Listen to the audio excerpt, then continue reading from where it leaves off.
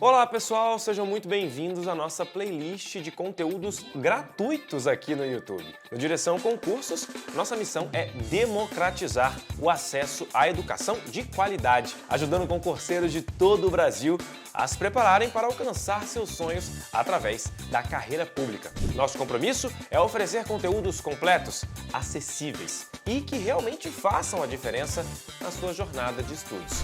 Nessa playlist, você encontrará uma seleção de vídeos essenciais para a sua preparação. Vamos abordar conteúdos fundamentais, com explicações didáticas, práticas, diretas, sempre com foco em otimizar seus estudos para o concurso que você deseja. Esse conteúdo foi preparado para garantir que você tenha as ferramentas necessárias para seguir firme rumo à sua aprovação. Estamos aqui para ajudar você em cada etapa desse caminho. Boa sorte e bons estudos! Pessoal, vamos prosseguir aqui no nosso curso de Direito Administrativo. Estamos falando sobre organização administrativa. Agora vamos tratar sobre os órgãos públicos, né? As características e as classificações dos órgãos públicos. Nós já sabemos que os órgãos públicos, eles são criados através do fenômeno da desconcentração, né? Que os órgãos públicos, eles não possuem personalidade jurídica própria. São centros de competência criados dentro da estrutura de uma entidade para o melhor desempenho dessa entidade, tá? Então vamos estudar as principais características dos órgãos públicos. Olha só, eles são, como nós falamos, centros de competência sem personalidade jurídica. Como os órgãos públicos eles não possuem personalidade jurídica própria, então eles não possuem a capacidade de adquirir direitos e de contrair obrigações perante terceiros. Quem tem essa capacidade são as entidades, que é aquele ente que possui personalidade jurídica própria. Apenas quem possui personalidade jurídica própria é que tem essa capacidade, tá, de contrair direitos e obrigações. Então, apenas quem tem a personalidade jurídica é que pode figurar, por exemplo, como parte de um contrato. Né? Porque quando você firma um contrato com alguém, o que é um contrato? O contrato ali é um instrumento que estabelece direitos e obrigações recíprocos. Quando você compra um bem em uma empresa, né, adquire lá na internet, você está fazendo um negócio jurídico, um contrato com aquela empresa. Você tem a obrigação de pagar aquela empresa e ela tem a obrigação de lhe prestar aquele serviço, de lhe entregar aquele bem. Então, as duas partes, aí no caso, têm direitos e obrigações recíprocos. Por quê? Porque vocês têm a sua personalidade própria, né? Tanto você, pessoa física, tem lá o seu CPF, como a empresa, pessoa jurídica com personalidade jurídica própria. Agora, os órgãos não. Os órgãos, eles não possuem personalidade jurídica própria, né? Eles são apenas centros de competência que são criados dentro daquelas pessoas jurídicas. Então, quando você assinou o contrato lá com aquela empresa, né, que está ali fornecendo o bem, você provavelmente falou lá com o departamento comercial daquela empresa, que foi quem lhe vendeu aquele bem. E aí depois você tratou lá com o departamento financeiro daquela empresa para acertar os detalhes do pagamento. Mas quando você assinou o contrato, você não assinou o contrato com o departamento comercial, com o departamento financeiro, não, você assinou o contrato, olha lá no contrato está o CNPJ da empresa, porque esses departamentos, eles são órgãos, eles não possuem personalidade jurídica própria, eles são apenas centros de competência criados ali internamente àquela entidade para o melhor desempenho, ok? Quando nós estamos tratando de órgãos públicos, esses centros de competência sem personalidade jurídica, eles são instituídos para o desempenho de funções estatais dentro das entidades públicas, dentro das próprias entidades políticas, que compõem ali a administração direta, como também dentro das entidades administrativas, que compõem a administração indireta, beleza? Aí, pessoal, várias teorias foram criadas aí ao longo do tempo para explicar a relação do Estado com seus órgãos e seus agentes. Afinal de contas, olha só, o Estado é uma coisa abstrata, né? Quando a gente fala Estado, que é aquele governo soberano que cuida do povo dentro de um território, é algo abstrato, né? O Estado ele não existe por si só. Ele, para se manifestar, para ele prover concretamente o interesse público, né, prestar os serviços à sociedade, ele precisa de alguém para atuar em seu nome, né, para representar ali o Estado perante a sociedade, perante os administrados. Então o Estado ele atua através dos seus órgãos, através dos seus agentes. Mesmo os órgãos, mesmo as entidades, também são coisas abstratas. Uma empresa, por exemplo, é algo abstrato. Tem ali, quando você vai negociar com uma empresa, você negocia com alguém, né? Com uma pessoa, com um ser humano. Então tem sempre um agente ali que atua em nome daquela empresa. Mesma coisa do Estado. Quando você vai lá no posto de saúde da sua cidade, quem te atende é uma pessoa, né? Um ser humano. É um agente do Estado, mas que está ali fazendo as vezes do Estado. Aquela pessoa, aquele ser humano, está fazendo as vezes do Estado. Está atuando em nome do Estado, em nome daquele órgão, daquela secretaria de saúde. Então, várias teorias foram construídas aí ao longo do tempo para explicar essa relação do Estado, que é essa figura abstrata, com seus órgãos e de seus agentes, né? Como que o Estado, ele transfere aquele seu poder soberano para essas pessoas, né, para esses órgãos. Como que isso acontece? Então a primeira teoria que você criou foi a chamada teoria do mandato. Por essa teoria, corta aqui para a tela, os agentes seriam mandatários do Estado. O Estado outorgaria um mandato a esses agentes e esses agentes atuariam em seu nome. Só que essa teoria ela não vingou. Tinha uma crítica muito forte a essa teoria, que seria o seguinte, ó, o Estado, por ser uma figura abstrata, ele não tem vontade própria. Então como que ele vai outorgar um mandato a alguém? Não tem como, né? O Estado é um ser abstrato, ele é uma construção humana.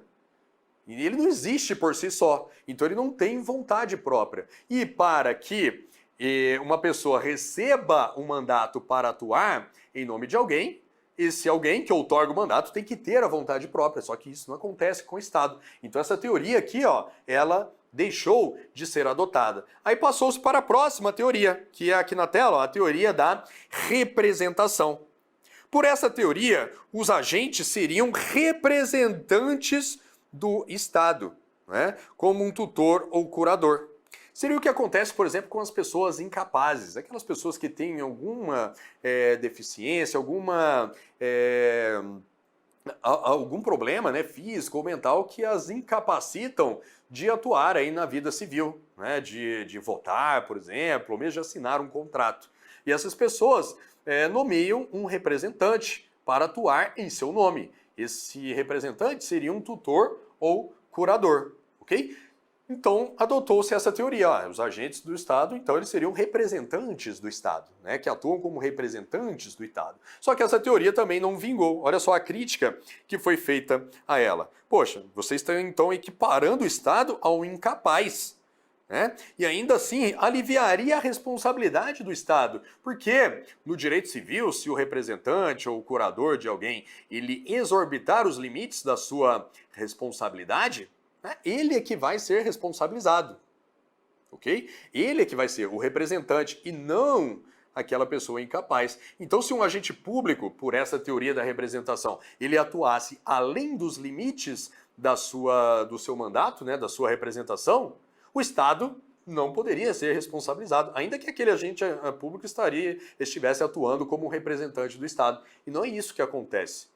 Tá? Então essa teoria da representação ela também foi abandonada. Então aqui na tela, por fim, chegou-se à teoria que é atualmente adotada, que é a chamada teoria do órgão ou teoria da imputação. Olha só, por essa teoria, a pessoa jurídica, que seria o Estado, que seria o ente federado, a entidade política, ela manifesta a sua vontade por meio dos órgãos e dos agentes que a compõem. De modo que, quando esses órgãos e esses agentes atuam, praticam atos, é como se a própria entidade política estivesse atuando. Então, aquele agente público que está ali no posto de saúde atendendo o cidadão, ele é o Estado, vamos dizer assim.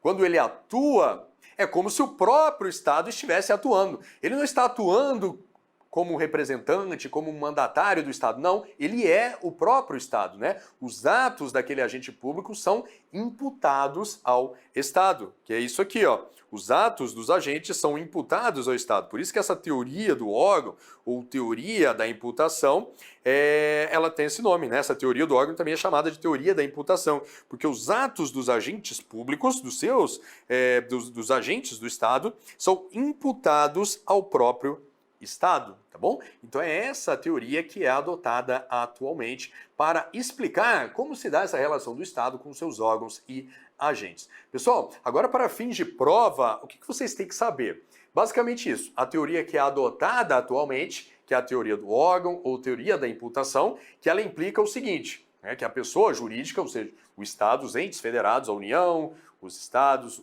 o Distrito Federal, os municípios, eles manifestam a sua vontade por meio dos órgãos que a compõem, de modo que os atos dos agentes públicos são imputados ao Estado. Né? Quando aquele policial rodoviário federal, né, a Polícia Rodoviária Federal é um órgão da União, né? Quando aquele policial rodoviário federal faz uma blitz e te para, né, e te aplica uma multa, quem está aplicando aquela multa é o próprio Estado, é a própria União. Né? Não é aquele agente público, ele não está atuando como um mandatário, ele não está atuando como um representante do Estado, não. Ele está atuando como o próprio Estado. Né? Os atos daquele agente público são imputados ao Estado, beleza? E em relação a essas outras teorias, o que vocês têm que saber? Essas palavrinhas aqui, ó. Essas palavrinhas aqui. Pela teoria do mandato, os agentes são mandatários do Estado. E a teoria da representação, que os agentes são representantes do Estado. Sabendo essas palavrinhas e sabendo que essas teorias receberam críticas e por isso deixaram de ser adotadas, já basta aí para vocês se safarem na grande maioria das questões de prova. Olha só uma questãozinha aqui para a gente fixar. De acordo com a teoria da imputação, atualmente adotada no ordenamento jurídico brasileiro, a manifestação de vontade de pessoa jurídica dá-se por meio de órgãos públicos, dos órgãos públicos, beleza? Ou seja, conforme essa teoria, quando o agente do órgão manifesta sua vontade, a atuação é atribuída ao Estado, beleza? Questão corretíssima, é exatamente isso que diz a teoria da imputação ou teoria do órgão, tá bom? Gravem bem essa teoria, pessoal, porque ela é que explica atualmente a relação entre os órgãos públicos e o Estado, né? Entre a relação entre o Estado, seus órgãos e seus agentes, beleza? Pessoal, agora vamos avançar, vamos falar sobre como os órgãos públicos são criados ou são extintos, beleza? Vem aqui para a tela. Criação e extinção dos órgãos públicos. Isso aqui eu estou falando no âmbito da administração direta, tá bom, pessoal? No âmbito da administração direta. Olha só. E aí nós dividimos a análise dentro de cada um dos poderes. No âmbito do poder executivo, como que os órgãos são criados? Como que a União, ela cria órgãos dentro lá do seu poder executivo? Vem para a tela. Olha aqui, ó. A criação de órgãos dentro do Poder Executivo depende de lei formal. Essa lei deve ser de iniciativa do chefe do Poder Executivo, aprovada pelo Legislativo. Lei formal, pessoal, o que é uma lei formal? É uma lei em sentido estrito, princípio da reserva legal. Uma lei aprovada pelo Poder Legislativo, tá bom? Seguindo lá o processo legislativo previsto na Constituição. Então, se o órgão está sendo criado dentro do Poder Executivo, e aqui eu estou falando dos ministérios, tá?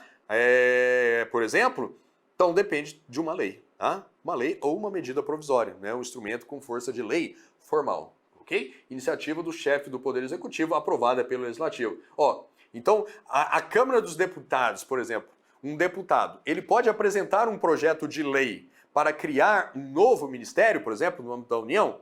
Novamente, um deputado, que é o integrante do Poder Legislativo, ele pode apresentar um projeto de lei para criar um ministério no âmbito da União? Não pode. Por quê? Porque a criação de um ministério é a criação de um órgão do Poder Executivo. Tem que ser por lei? Tem que ser por lei. Mas só quem pode ter a iniciativa dessa lei é o chefe do Executivo, no caso da União, o presidente da República. Tá bom? Então essa lei, se eventualmente ela for aprovada, é uma lei inconstitucional por vício de iniciativa. Beleza? Vem aqui para a tela. Isso vale, tá, pessoal? Essa necessidade de lei, ela vale tanto para a criação como para a extinção, tá? É o princípio aqui da simetria das formas jurídicas. Se o mesmo instituto que é usado para criar, também é utilizado para extinguir. Então, se a criação é feita por lei formal, a extinção também deve ser, beleza? Já a organização e o funcionamento desses órgãos, desde que não implique a criação ou extinção de novos órgãos, nem aumento de despesa, pode ocorrer por meio de decreto autônomo. Olha só, então a organização e o funcionamento dos órgãos no âmbito do Poder Executivo não depende da edição de lei, desde que não implique aumento de despesa. Ok? Desde que não implique aumento de despesa. Na verdade, pessoal, olha só, por que a criação de um órgão público depende de lei? Por quê? Porque quando se cria um órgão público, geralmente vem junto ali uma estrutura de cargos, toda uma estrutura administrativa que causa impacto no orçamento. Ok? E quem é o poder responsável por cuidar desse orçamento, né, definir, fixar as despesas, né, estimar as receitas, fixar as despesas, é quem? É o poder legislativo. Então por isso é que depende de lei a criação de um órgão, porque vem todo esse conjunto aí de despesas junto de um órgão.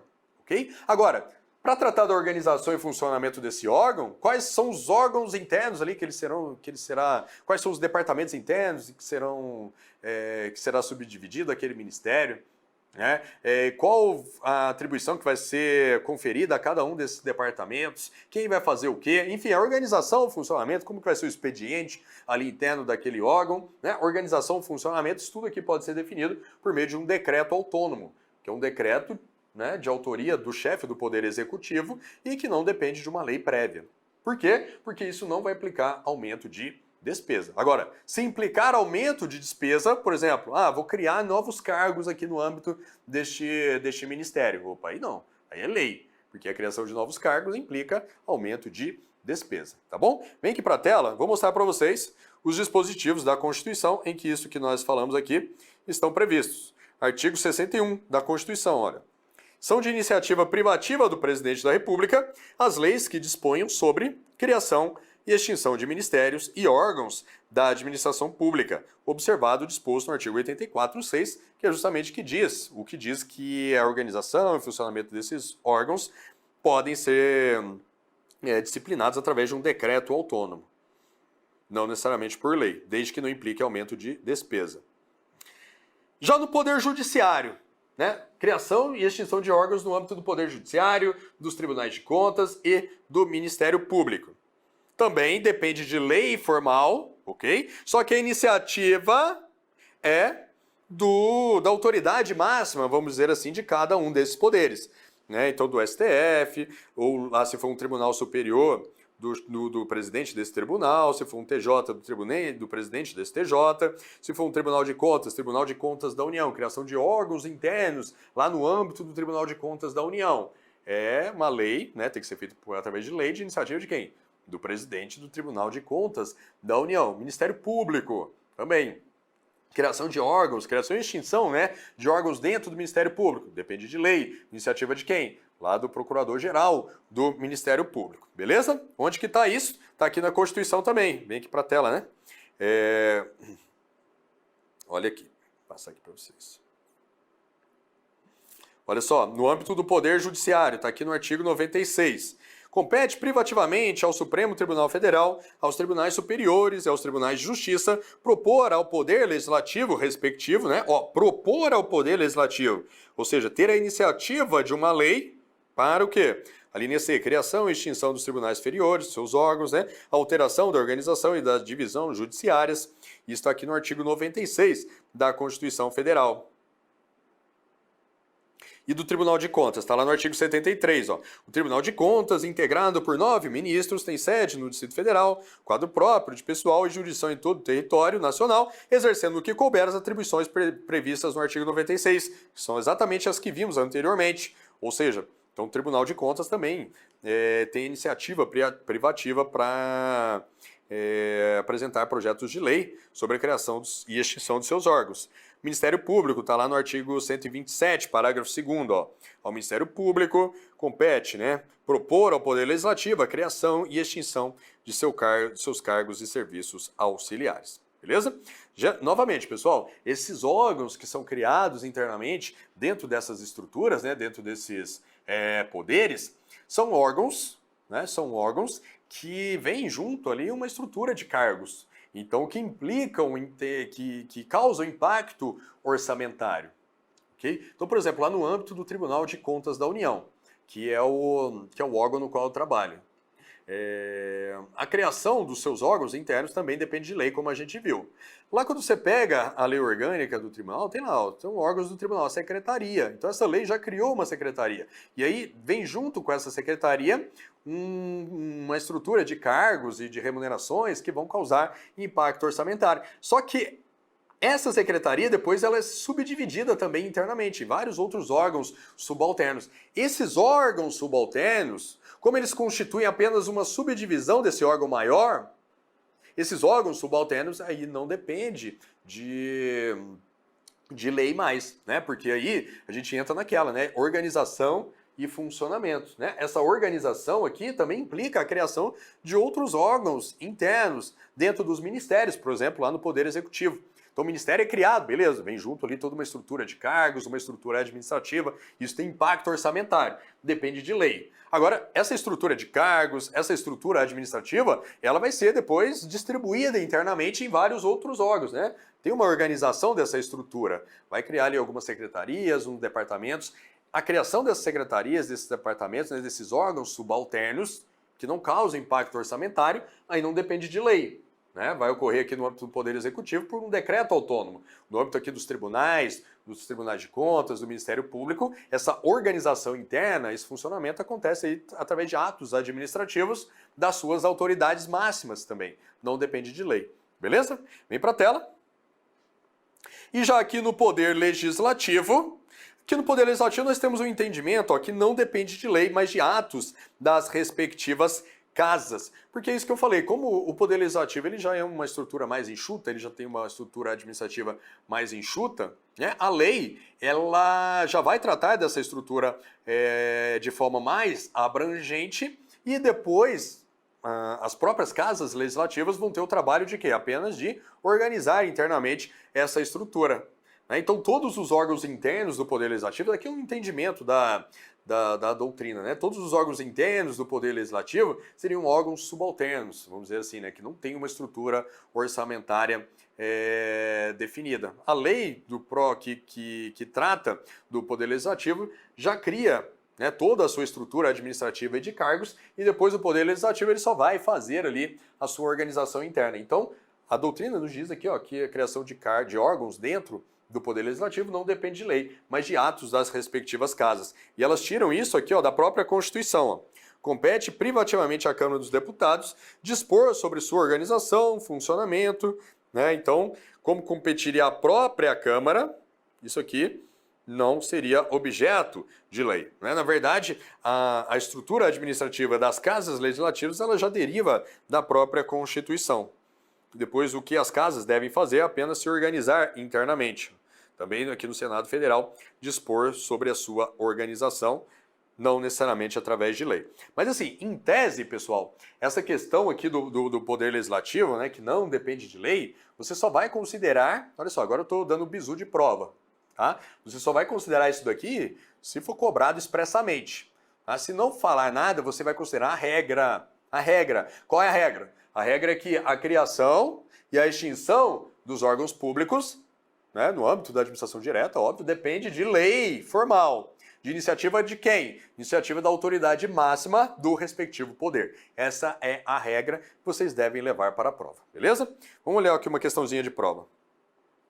Somente se pode proceder à criação de um órgão público mediante lei de iniciativa da chefia do Poder Executivo, sob pena de inconstitucionalidade por vício de iniciativa. Pessoal, essa questão está errada porque ela está tratando aqui a criação de um órgão público de maneira geral. Tá? Não está falando da criação de um órgão público do Poder Executivo. Ok? Então, A lei de iniciativa da chefia do Poder Executivo é apenas para a criação de órgãos públicos no âmbito do Poder Executivo.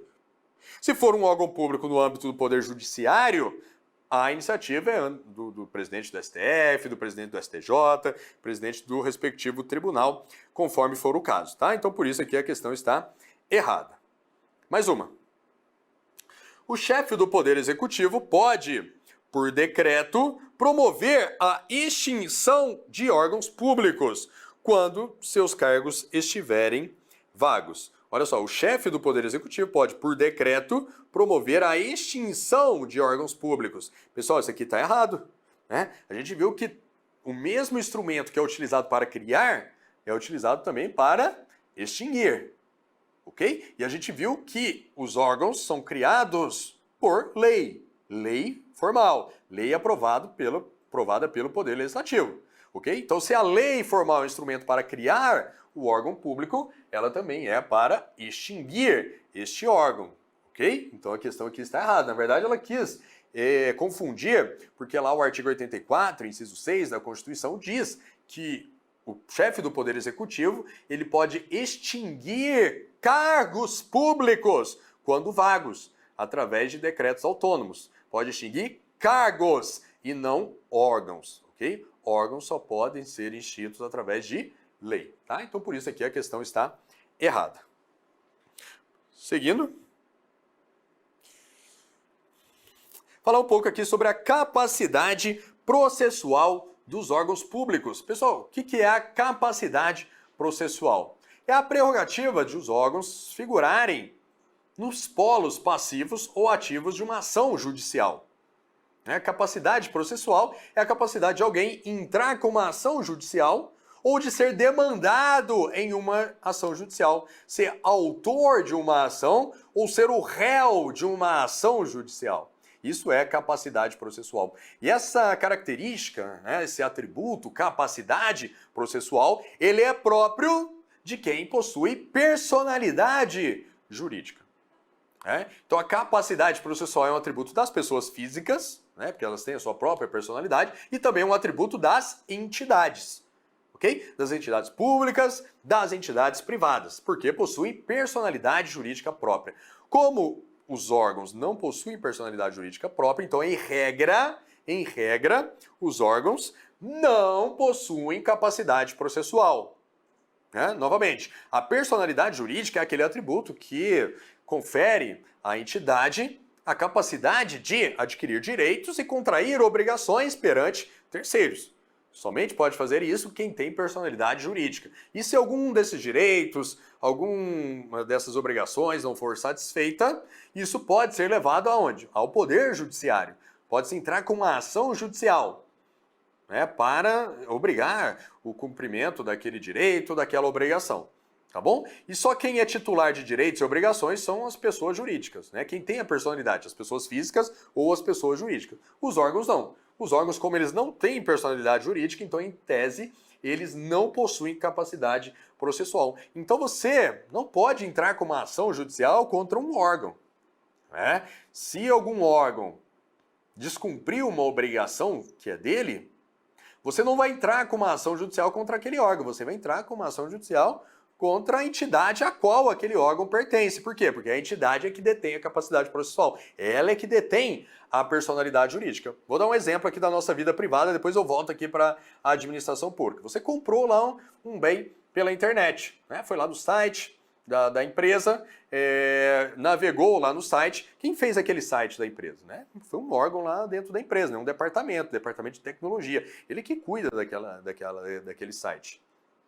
Aí depois teve um outro departamento que colocou ali aqueles produtos, que estabeleceu o preço daqueles produtos, o outro departamento, um outro órgão daquela empresa. Aí depois você vai negociar aquela empresa, aí você liga lá para o atendimento daquela empresa. Aí você conversou com um agente lá, um funcionário daquela empresa, que faz parte de um departamento de atendimento, um departamento comercial. Beleza, aí depois você fez o pagamento, aí você mandou um e-mail lá para o departamento financeiro daquela empresa. Ok? E aí você fez tudo certinho, comprou aquele bem, a empresa tinha que te entregar aquele bem lá dentro de 10 dias. Passou o prazo, a empresa não te entregou aquele bem.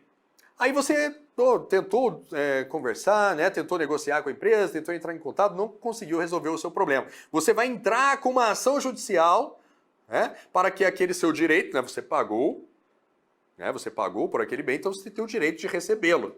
Você vai entrar então com uma ação judicial para que aquele seu direito seja satisfeito. Você vai entrar com uma ação judicial contra o departamento que fez o site da empresa? Não. Contra o departamento de marketing da empresa? Não.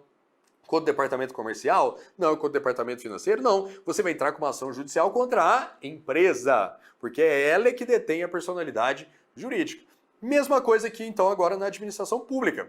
Você lá tá transitando com o seu veículo, né, na rodovia, um policial rodoviário federal te para. Né, te para e age arbitrariamente com você, né, de maneira mal educada, de maneira abusiva. E ele te causa lesões, né, lesões morais ou mesmo lesões físicas. E aí então você, né, teve ali seu direito lesado, você quer entrar com uma ação judicial. Você vai entrar com uma ação judicial contra aquele agente? Não, né? Lembra da teoria da imputação. Aquele agente não é ele é o Estado. Né? Você vai entrar com uma ação judicial contra a Polícia Rodoviária Federal? Não.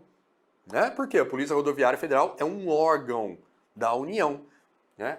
O órgão não possui capacidade processual. Então você vai entrar com uma ação judicial contra quem? Contra quem possui a personalidade jurídica, no caso, contra a União. Então você vai demandar a União em uma ação judicial. Não aquele órgão, tá? Porque o órgão, ele não possui capacidade processual, tá? Então, Receita Federal te cobrou lá um tributo de maneira indevida. Ah, poxa, de maneira abusiva aqui, esse tributo, vou entrar com uma ação judicial. Vai entrar com uma ação judicial contra o auditor da Receita? Não, né? O auditor da Receita, lembra da teoria da imputação, ele é o próprio Estado, né? Os atos daquele auditor são imputados ao Estado.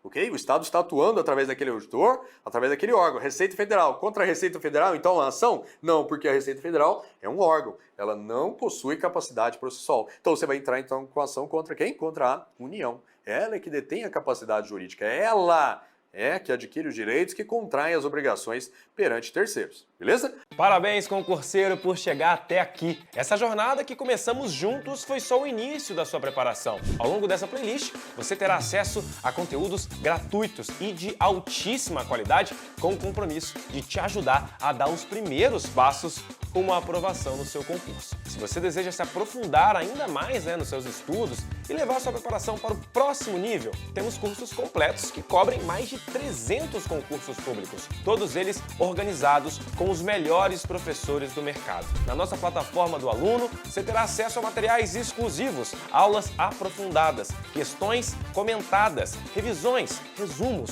e todo o suporte de uma equipe de professores altamente capacitada. Estamos prontos para te guiar até a sua aprovação. Clica no link da descrição para conhecer todos os benefícios e recursos do nosso curso completo e continue essa jornada rumo à aprovação com direção. Vamos seguir firmes até você conquistar a vaga dos sonhos.